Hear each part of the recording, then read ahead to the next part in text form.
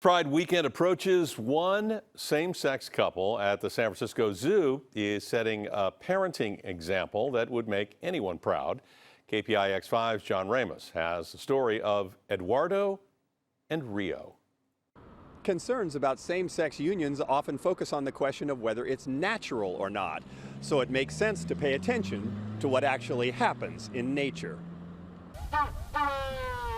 Penguin Island at the San Francisco Zoo is a favorite place for kids from Murdoch Portal Elementary in Cupertino.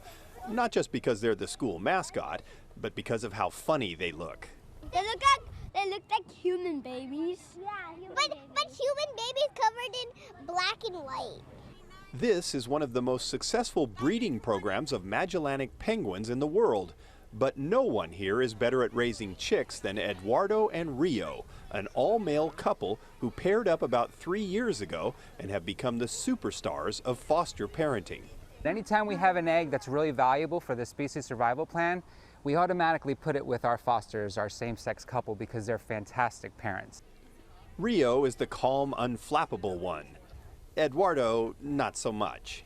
He's very flamboyant. He likes to just sort of be seen and So he's fabulous. He is completely fab. They both are.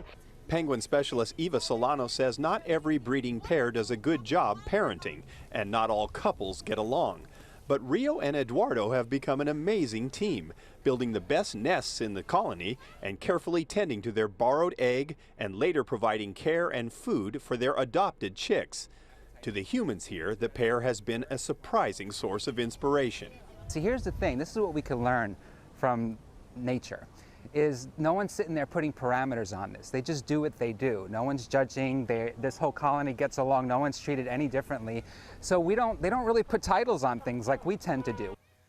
The zoo staff says penguins have relationships that are just as varied and complicated as those of humans.